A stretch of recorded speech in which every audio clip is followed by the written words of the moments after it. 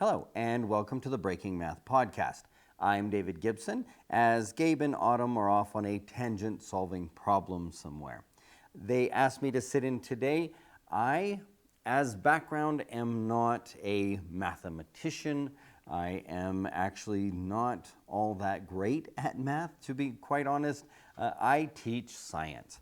But in science, there is so much math, and they are so ingrained and part of each other that it was very cool for them to ask me on and to ask me to help out co-hosting or guest hosting this podcast. So today we are going to be talking a little bit about science. We're going to be talking a little bit about math. We're going to be talking a little bit about history. And I teach, as I said, science. I run the RayKitty Creation Workshop. I even have a show here in the wonderful Studio 519 with the awesome folks here. And it is called the RayKitty Science Project, not to be plugging everything there. But so science is my passion. But Gabe asked that I talk about something that I'm passionate about. And so this will have math in it. I know you tuned in for the math, so there is math in this one here.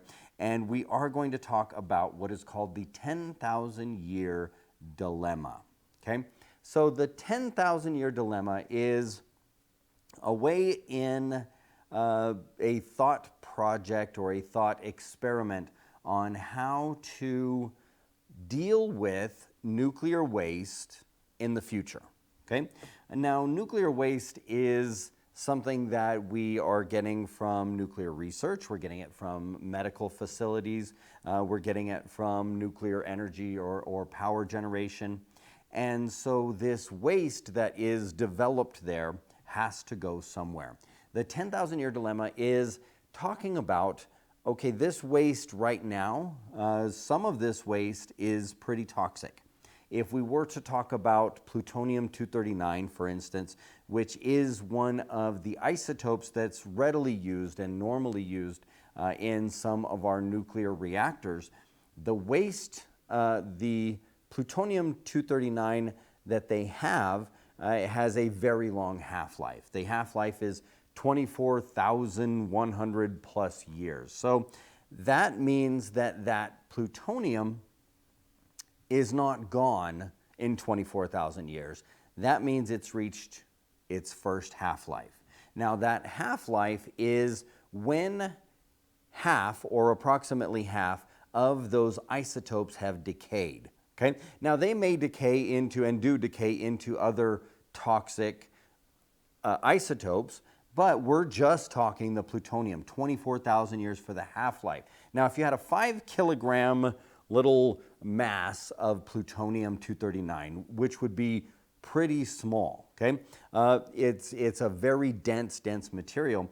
That 5-kilogram mass would have the number of isotopes in there would be 12.5 times 10 to the 24th power. This is a math one. You can do the math on that one. That's a lot of zeros, okay? So there's that many isotopes in this that are toxic isotopes, that are radioactive isotopes. The half-life in 24,100 years, you would still have, here's a little bit more mass, 6.25 to the 10th, and then you can figure that one out. So you've got a lot of this radioactive material that you're storing for a very long time.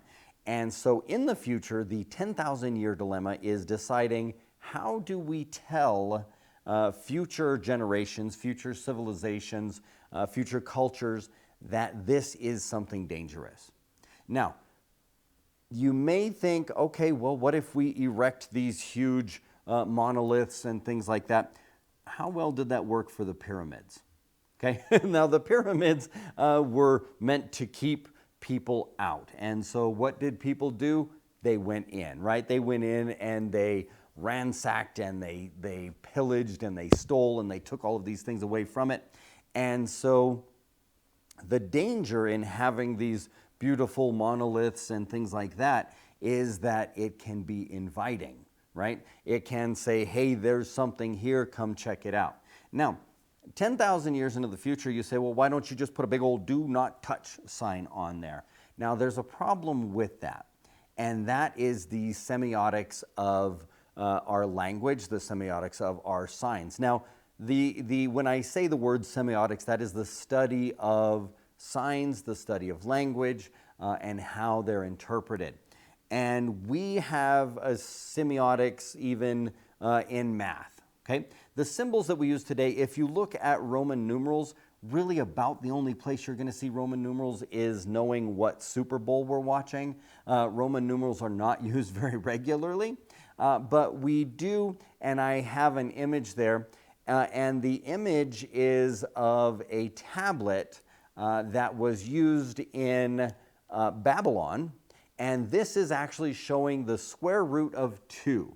Okay? Now, if I were to look at this tablet here, I would see a bunch of nicks in it, and it looks like maybe somebody tried to ice skate on it or something like that, because I see a rock with a bunch of nicks in it. Now, someone who can read this cuneiform would say, oh, well, this is actually the approximate square root of 2. And as we can see on there, we have our Pythagorean theorem on there. We have our isosceles triangle. So there's a lot of math that's on this little rock here. Now, of course, the numbers that are on there are notation.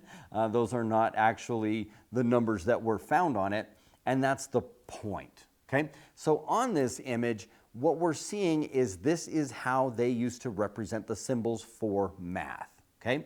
Now, this is on the sexagesimal system, which is that number of 600, those kind of things. If we look at the next little image here, it actually shows that the images for the sexagesimal system itself wouldn't even make much sense if we were to look at those today. Okay, so those images that represent 1, 10, 60, and then go up by your sixes wouldn't even really make sense in the way that we're looking at math today. Okay, so the sexagesimal system is a system that is not used as often in mathematics anymore, and these are symbols that are no longer really used in math anymore. So this is very important, because when we're saying, hey, I want to notate do not touch, just like mathematics, our symbols for everything else have changed dramatically and drastically. And I want to actually read a little note here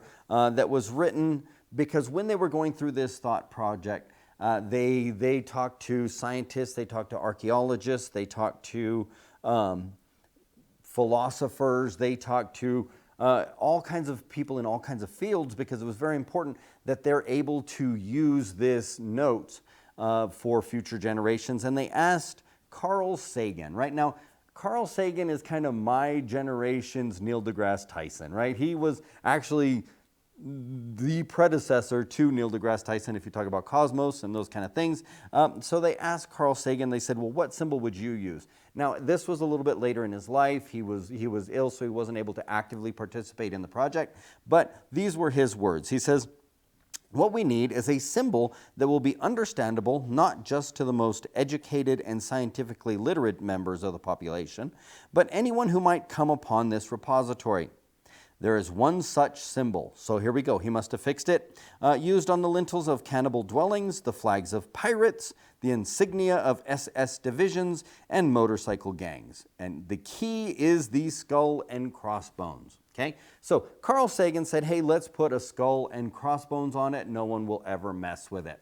Now, as we can see here on this cute little puppy, nowadays the skull and crossbones does not have the gravitas that it once had. We see skull and crossbones on beanie hats, we see it on t-shirts, on socks, on little t-shirts on our puppies. So it's not this heavy symbol that would say don't mess with it. In fact, it may say, hey, here's something cool, come check it out. So even though we use it on poison, and it is a symbol that is still used to represent something dangerous, it also represents exactly how dangerous this cute little puppy can be. So when we are talking about the skull and crossbones, I thought I would check a little bit into the semiotics and how has the skull and crossbones, just as that singular symbol, how has that changed? Now, the skull and crossbones actually started out as a Templar symbol.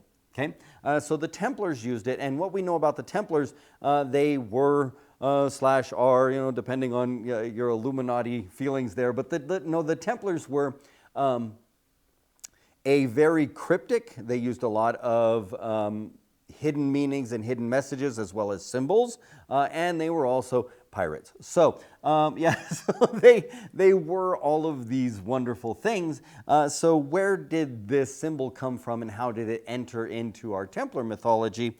And it was a story. The story was in the Templar Holy Blood and the Holy Grail. Okay, and so the story was that a great lady of Maraclea was in love and loved by a Templar Lord of Sidon. Okay, so the Lord of Sidon loved this lady, and she died very young.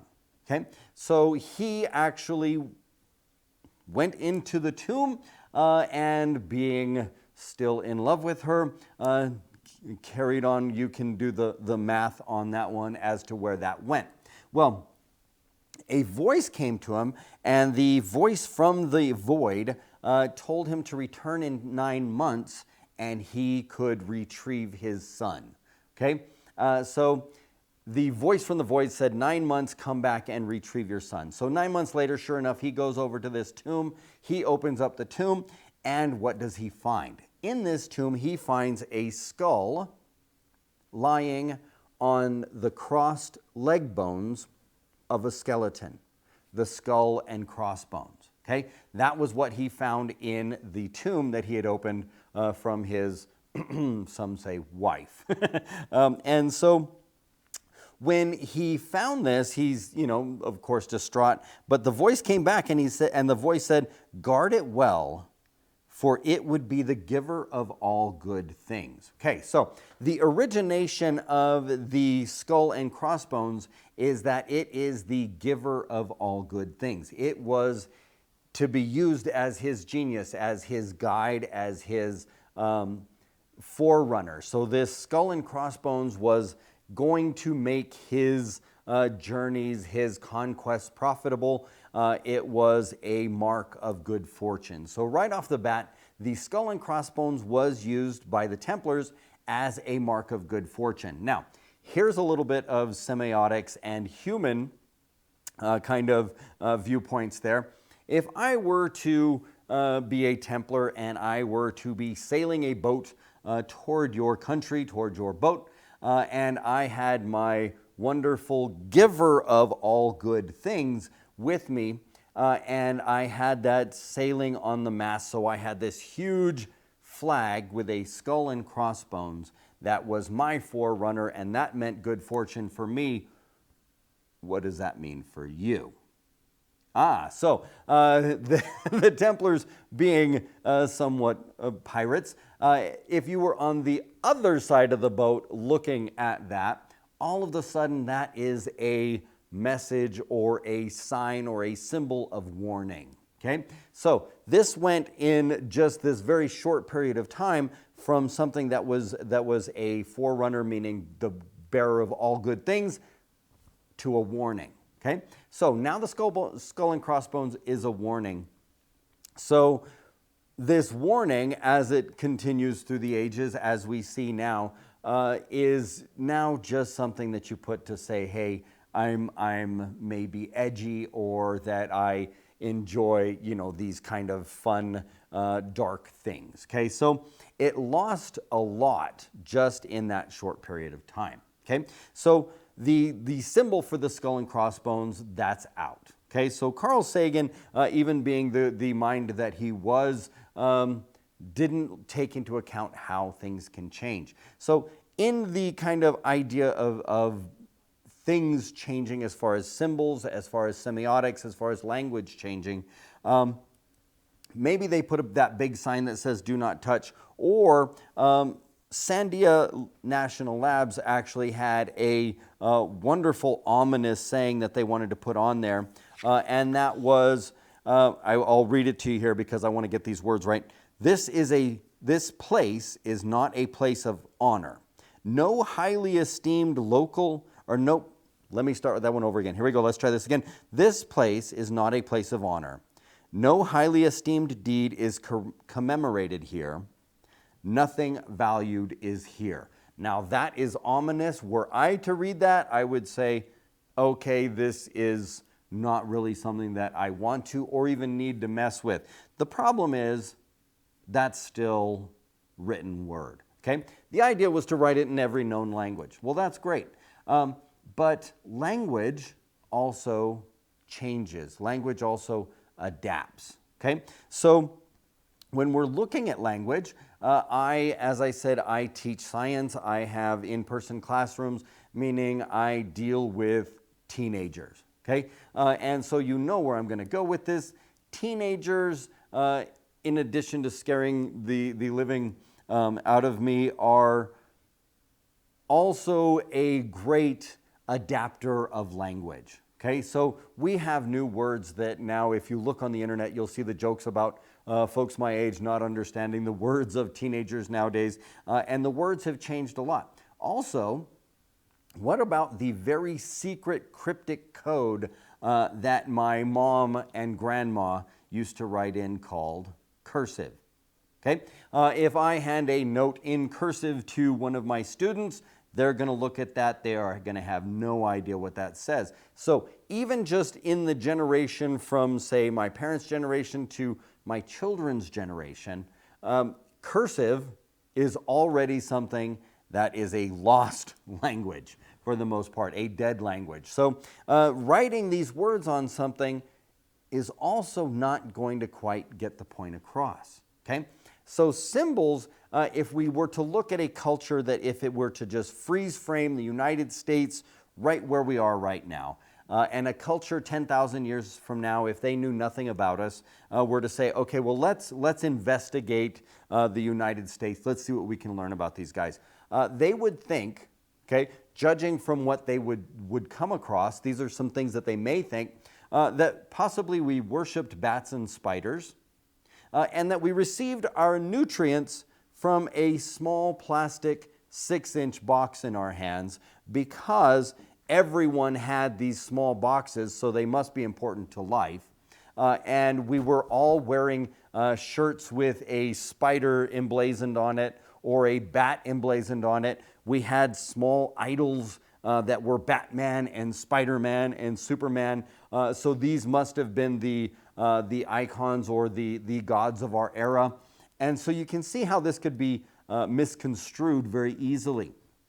And so they came up with some ideas to perpetuate the idea that these things that are buried here are in fact dangerous. Now, some of them were pretty crazy ideas. Some of them were pretty outlandish. They had if you could shoot some, they called it a moon into space, right? Some satellites into space that would continually broadcast, hey, this is a dangerous area. And there's some issues with that. How would you continue to get reception from that if the culture didn't have something that was tuned to its frequency? So there's some problems with that. They also said, okay, well, what if we raised up a priesthood of the atomic or nuclear dangers, right? So because stories stick around a lot longer than our images, than our, maybe not the images themselves, but then our understanding of the images. So if we were to start this atomic priesthood, then there could be a lineage that would always tell people not to mess around with radioactive waste. Well, that has also got some, errors to it and some issues with it. So there was another idea that they came up with, and that is where I am kind of the most interested in. As I said earlier, the name of my business is called the RayKitty Creation Workshop. Now, that is also the name of my cat at home. His name is Ray. And that's where this next crazy idea that they came up with comes into play. They called it the RayCat solution, okay? And what it was an idea that we will genetically modify cats to where they will change color when exposed to the right amount of radiation, like this little guy here. They will change color when they're exposed to the right amount of radiation or the right strength of radiation. And so that's only half of the story. In addition to getting these genetically modified cats, what we're going to have to do is we are going to have to ingrain into society and into our culture that when these cats change colors, it is in fact something dangerous, okay? So the reason we would want these cats to change colors is to show, hey, you're in an area where there's high radiation, get away from there. Now, stories, as we were talking with the priesthood, the stories are a way that has been historically, and even in the name historically, have been passed down, even though they're always a game of telephone where the story changes a little bit. There's the hero and the villain and things like that kind of stick around in the story. And elements of the story that stick. Now, why did they choose cats? Cats have been cohabitating with humans for the longest, as far as we know. If you look into Babylonian, Egyptian, into all of these ancient cultures, we see cats. Okay, so we see them in their imagery. It's already part of the culture. All we would have to do is ingrain it in a way that it would stick. Now, one way that you can make something like that stick would be to interject what is called the 10,000-year earworm. Okay, and this earworm is a song, and we'll play it in just a second here. And the 10,000-year earworm is a song by Emperor X, and he made this song as kind of a fun way, but he had heard about the concept, and he talks about color-changing cats in a way that is a nice little jingle. Okay, so let's hear the song, the 10,000-year earworm. And then we'll talk a little bit about what we're hearing in that song.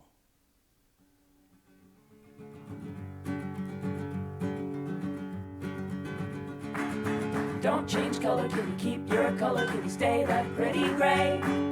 Don't change color, kitty, keep your color, kitty, keep sickness away.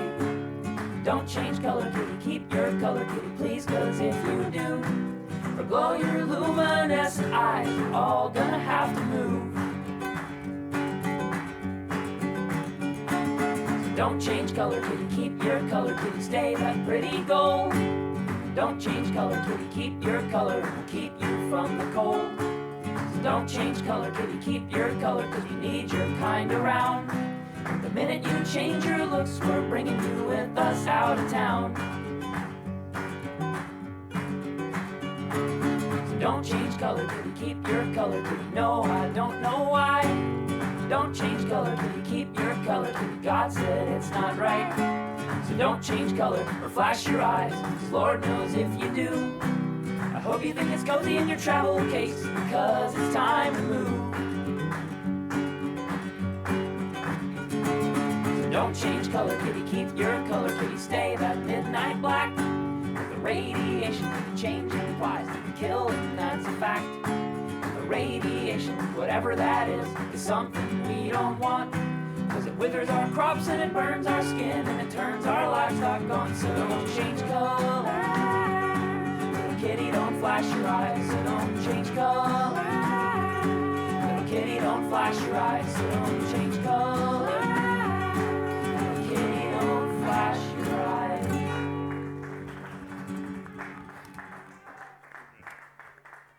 So that's an awesome little ditty, just a fun way. But the idea was that an earworm is something that sticks with you, right? So we would have to not only genetically engineer these cats to change colors, we would also have to ingrain that into culture to where we knew that color changing kitty was a problem. And so these were just kind of some fun ideas that they had come up with. And some of them, you say, okay, well, we probably shouldn't genetically modify cats. If you look on the internet, we already have glowing cats. It's true, they work the same as they do with the tiny little glowfish. We do have some glowing cats that you can find on the internet. Another fun kind of place where they actually use that song is there's a video, if you're interested in the RayKat solution in particular. There's a good video. It is free access, and it is from Aeon Videos, and it is called the RayKat Solution.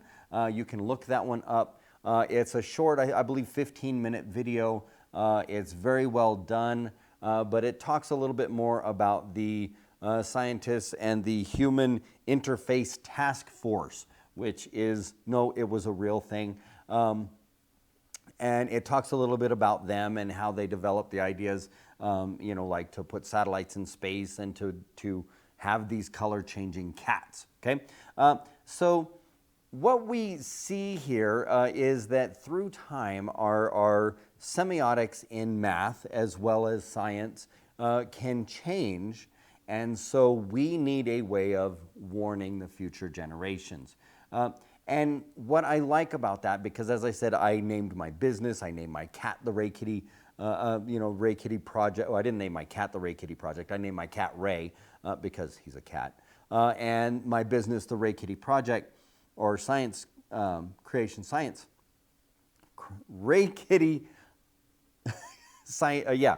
Anyway, I named my business RayKitty because the idea that we as humans completely understand science and we completely understand math is just so far-fetched, right? It's as far-fetched as a color-changing cat.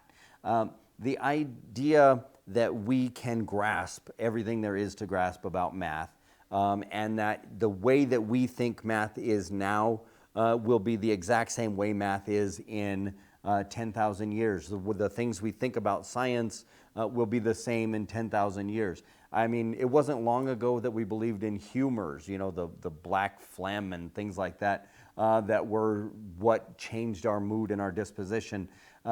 And the cuneiform, as we saw in math, these things are now in the past. Now, science and math, what I like about this RayKitty solution, science and math, the facts do not change. But what's interesting and so appealing to me about that RayKitty solution is that even though the facts don't change, what changes is our interpretation of the facts, our knowledge of the facts. And that can and will and should change as we progress. We should know more about math in 10,000 years. We should know more about science in 10,000 years.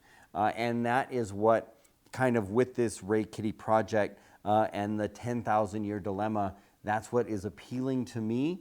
And so I wanted to kind of bring that to you guys in this math podcast. Now I know the entire thing was not wrapped around math today, but I do appreciate Gabe and Autumn being able to kind of stretch out a little bit and say, hey, because math is incorporated into all of these other subjects and topics, let's bring them in and have them be part of the discussion. So as I am Mr. Dave, when I'm working with the RayKitty Science Project, as I usually always end mine, one, thank you for tuning in to the Breaking Math podcast. And as I always end my media, don't forget that science and math shows you matter.